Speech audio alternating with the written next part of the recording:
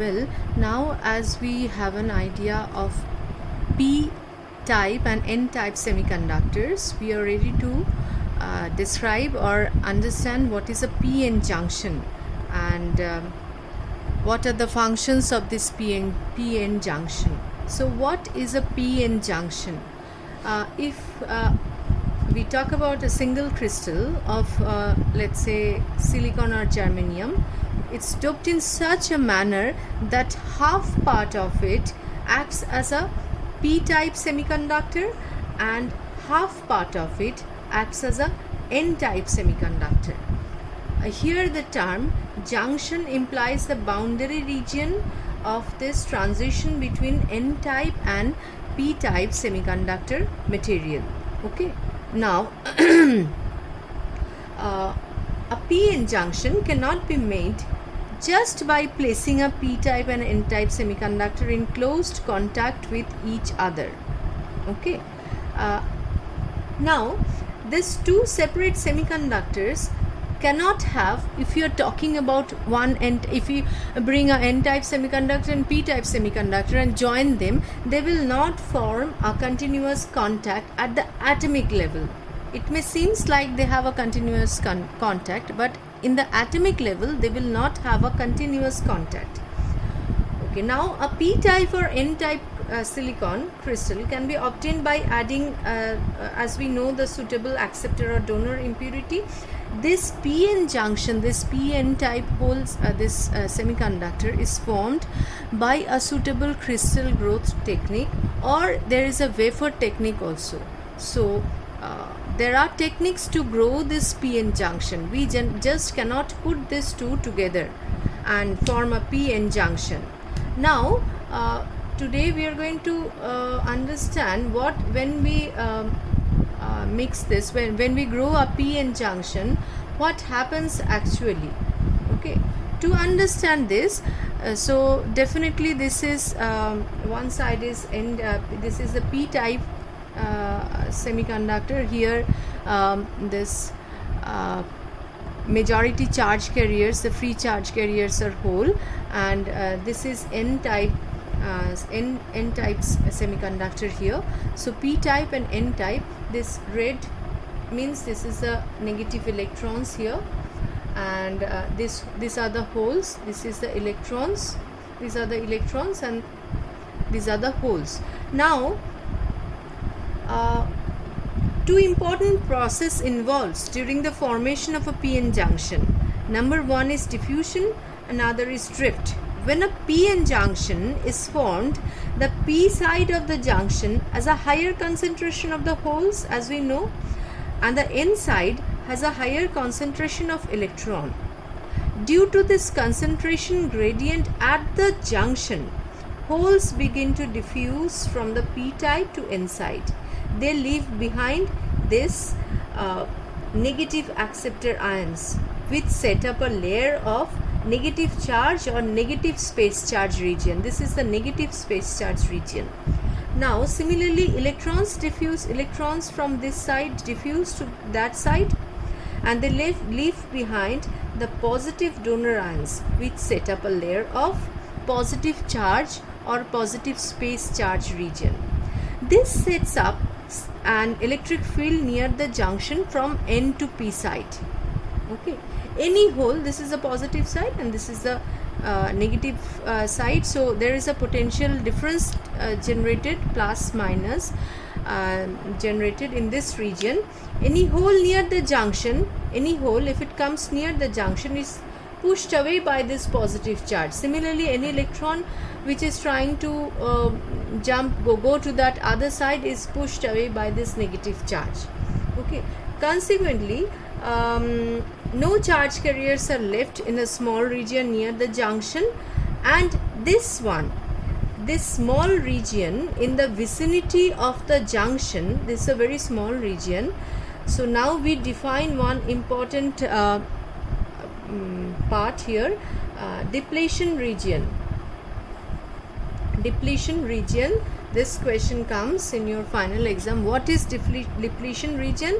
The small region in the vicinity of the junction which is depleted of free charge carriers. So the key word is free charge carriers. It's depleted of free charge carriers, and this is called depletion region. Okay. Now due to this, this one more question comes here. What do you mean by barrier potential? As we have seen, due to this recombination of this holes and electrons in the depletion region, this side we are left with negative ions, and this side is we left with positive ions. So potential difference is generated.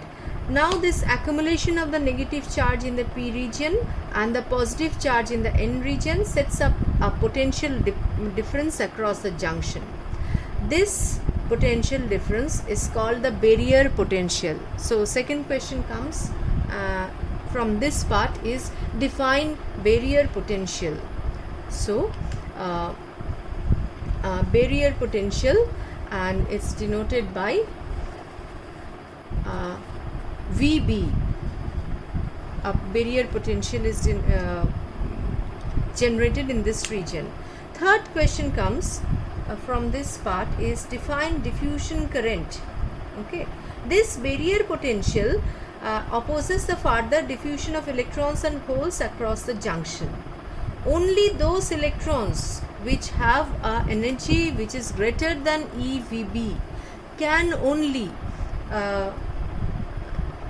cross this barrier, and some diffusion takes place. This diffusion of the majority charge carriers across the junction gives rise to electric current from P to N side, and this is called diffusion current. So three definitions here: depletion region, barrier potential, and diffusion current.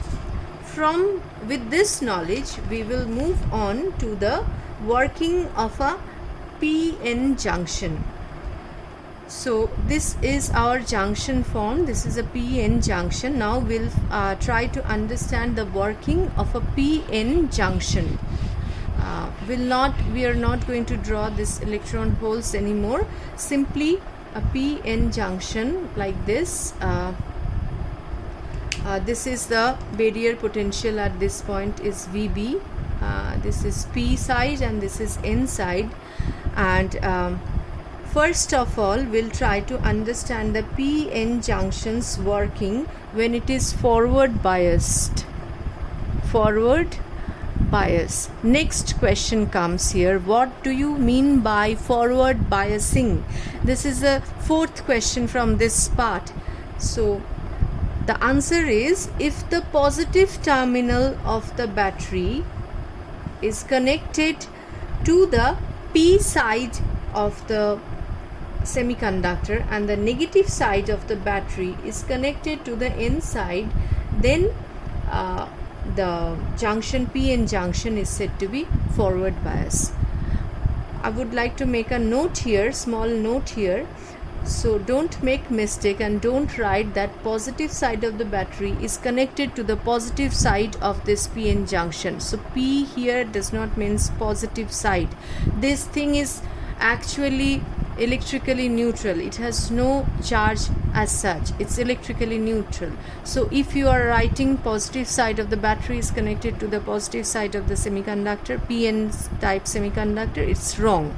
So positive side of the battery is connected to the P side of the junction, PN junction, and negative side is connected to the N side of the junction, then it's called forward biased. Now we want to understand the characteristics when it is forward biased. When this PN junction, as we now understand what is forward biasing, we want to understand the characteristics of this forward biasing.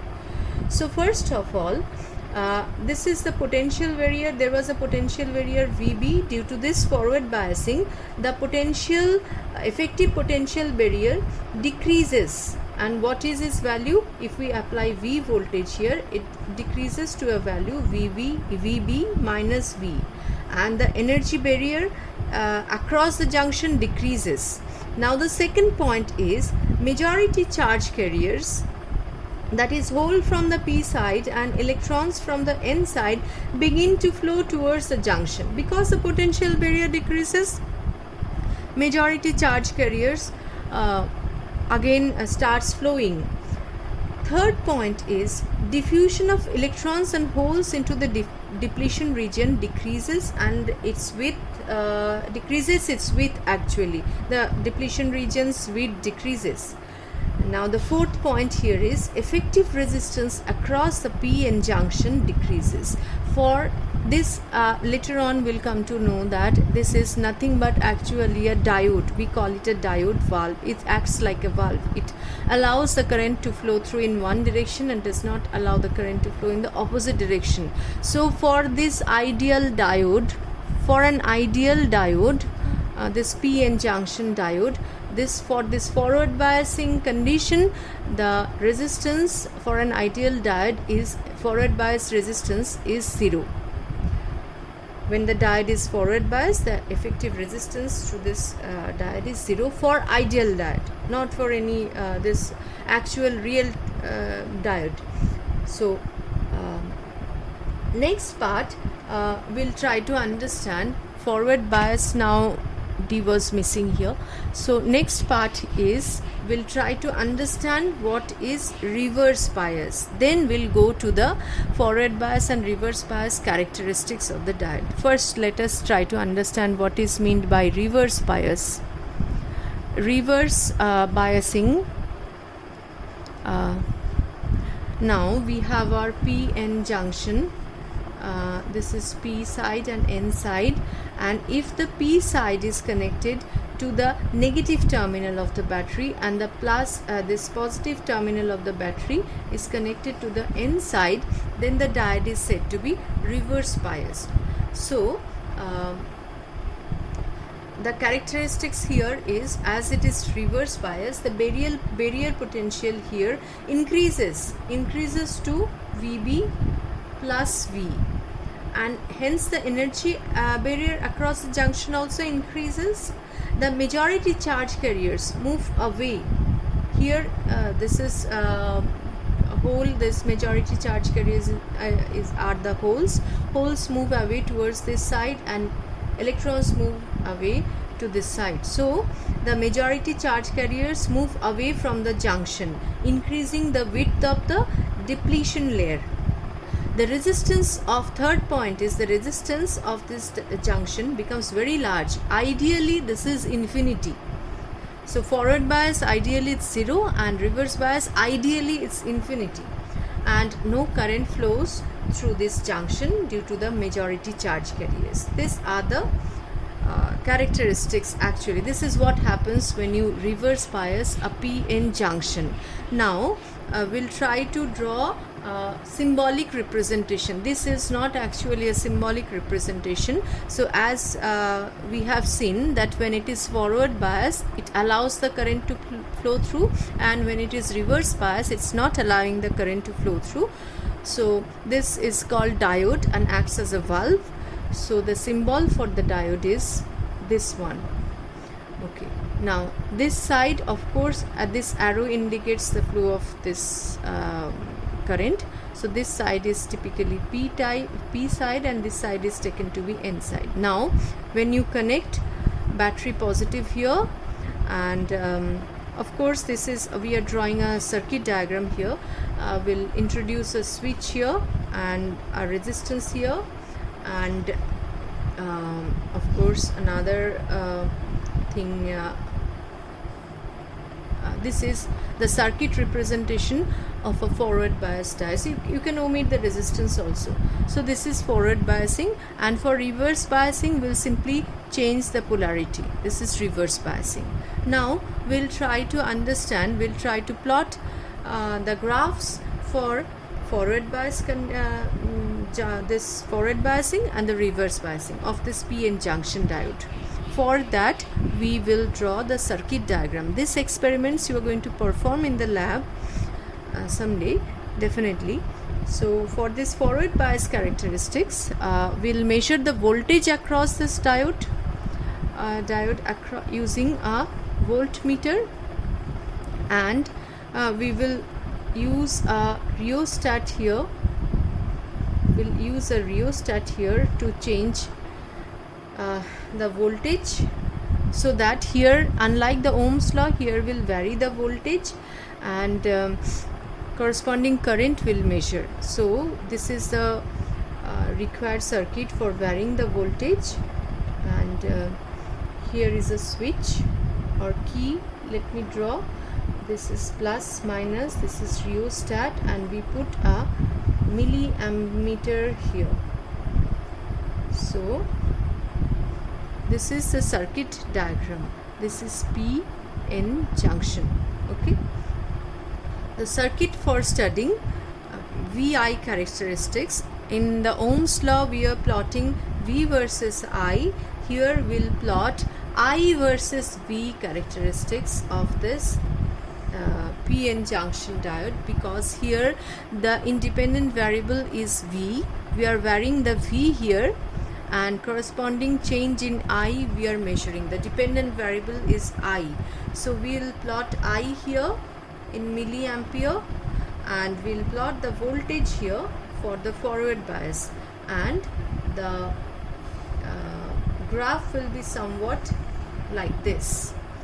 Okay, so now what are the important features in this graph? First of all, as you can see, unlike Ohm's law, this is not a straight line. It's not obeying Ohm's law. Secondly, if you can see, there's a current increasing very slowly, almost negligibly, till voltage across for the initial part, the current increases very slowly till the voltage across the junction diode crosses a certain value called the threshold voltage or the cut-in voltage. The value for the threshold voltage or the cut-in voltage is 0.2 volt for germanium diode and 0.7 volt for silicon diode. Okay, after the cut-in voltage, the diode current increases rapidly, exponentially, even for a very small increase in the diode bias voltage. Okay, now we will study the reverse bias characteristics here. We'll make a small change here. All the diagram remains same. Two changes actually. Let me erase this part, and two changes for the reverse bias. We'll change the battery polarity here. This is minus plus, and this reverse bias current is very small, so we'll replace the milliampere with a microampere. That's all. Now the graph will be, so here the potential is negative, so the graph will be like this. This is the reverse bias voltage in the negative side, negative x-axis, and this is the current I in microampere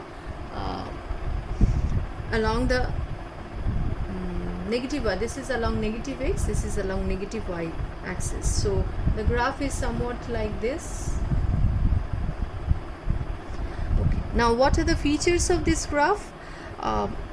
When the diode is reverse bias, the reverse bias voltage produces almost very small current, almost remains constant with the bias. The small current is this part is called the reverse saturation current. When the reverse voltage along the PN junction increases sufficiently, then we reach the breakdown region. So there are two types of breakdowns. We'll learn about it later on: Zener breakdown and avalanche breakdown, which depends on the doping. And now this is how a reverse bias characteristics looks like. Okay, now now we'll move on to the uses of this PN junction diode.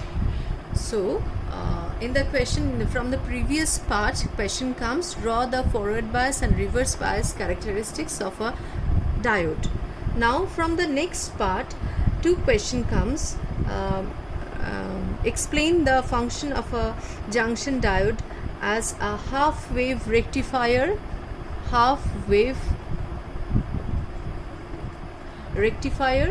and full wave rectifier. What do you mean by this actually? Actually, the process of, we have our alternating current. Some of the devices, they do not use the alternating current. For that, in our household circuits, we get a supply of alternating current. Some of the devices works with alternating current, some of the devices need direct current also. So in that case, we need to convert the alternating current to a direct current.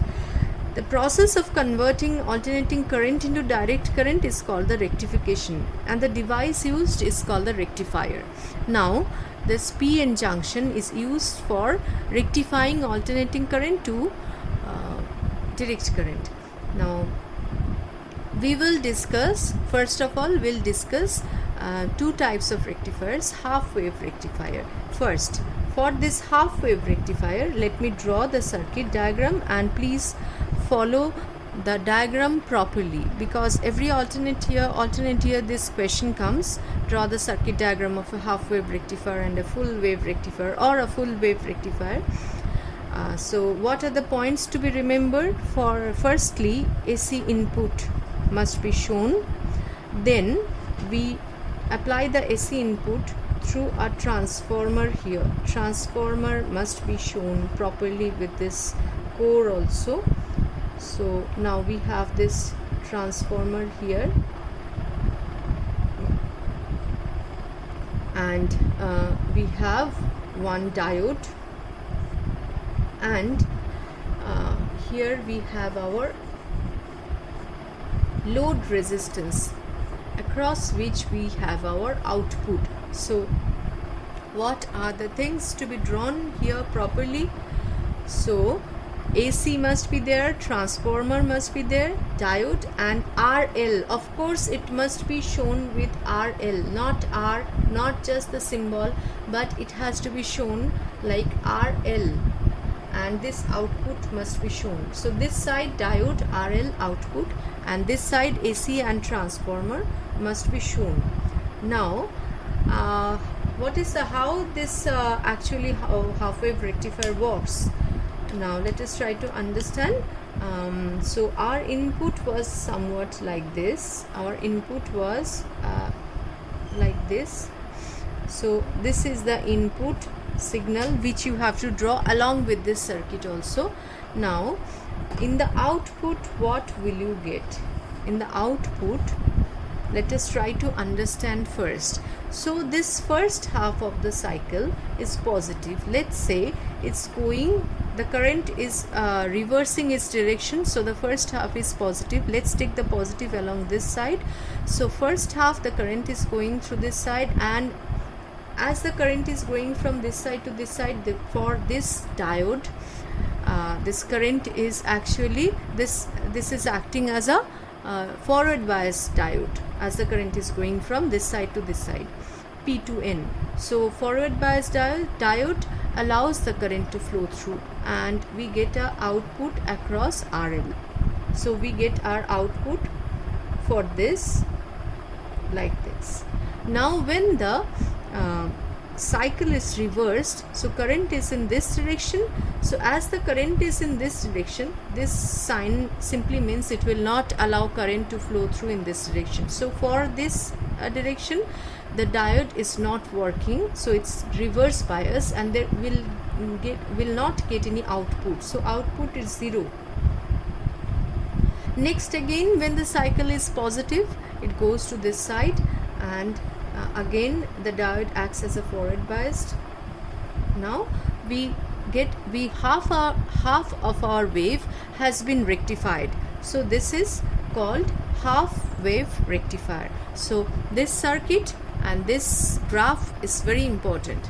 Now for the final examination, now we'll try to understand the full wave rectifier. What are the things to be drawn in the full wave rectifier circuit, and as per the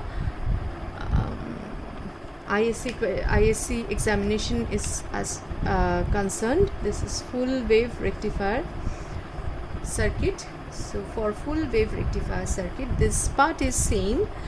We have our AC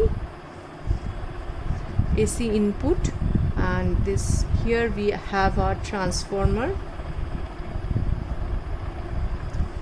and this side we have our transformer also, and instead of a single diode we have one diode here, D1, and another diode here, D2, and we have our load here,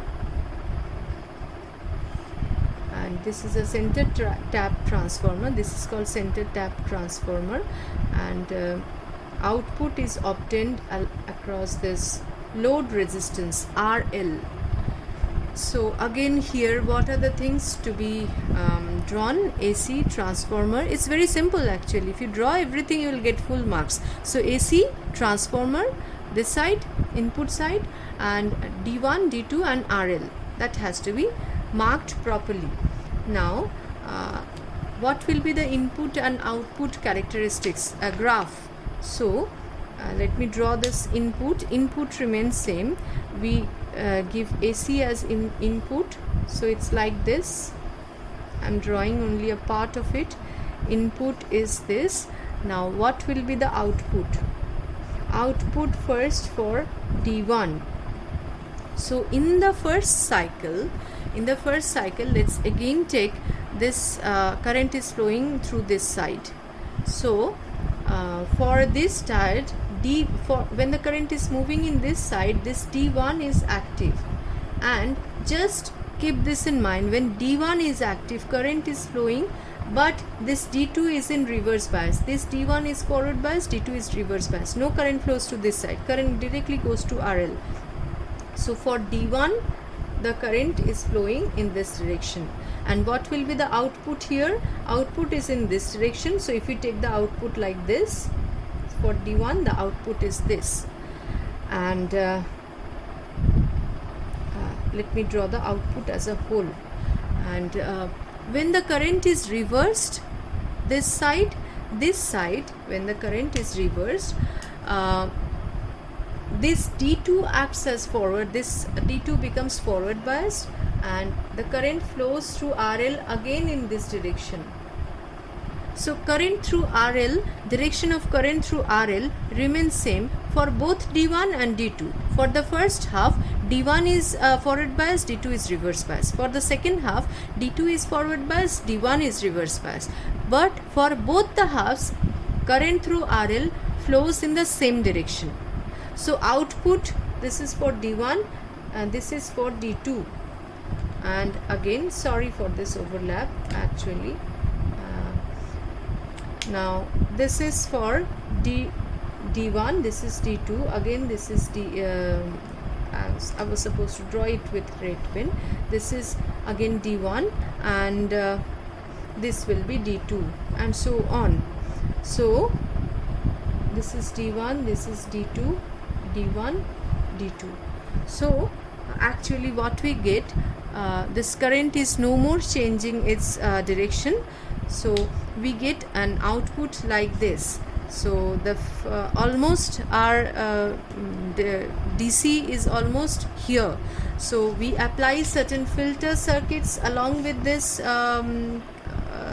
half wave and filter, half wave and full wave rectifier. Along with this full wave rectifier, we apply certain filter circuits, and we just cut these ripples on the top, and we get a direct current. Filter circuits, we have a, just writing the name of this filter circuit.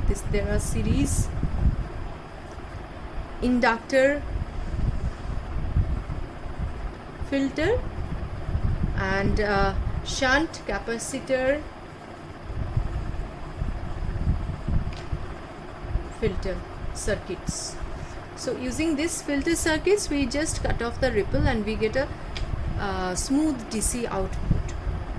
So that's all about PN junction. In the next session we will discuss the breakdown of a junction diode. We'll discuss the causes of reverse breakdown and two types of breakdown, Zener and avalanche breakdown, and few application of the Zener diode, photodiode, etc.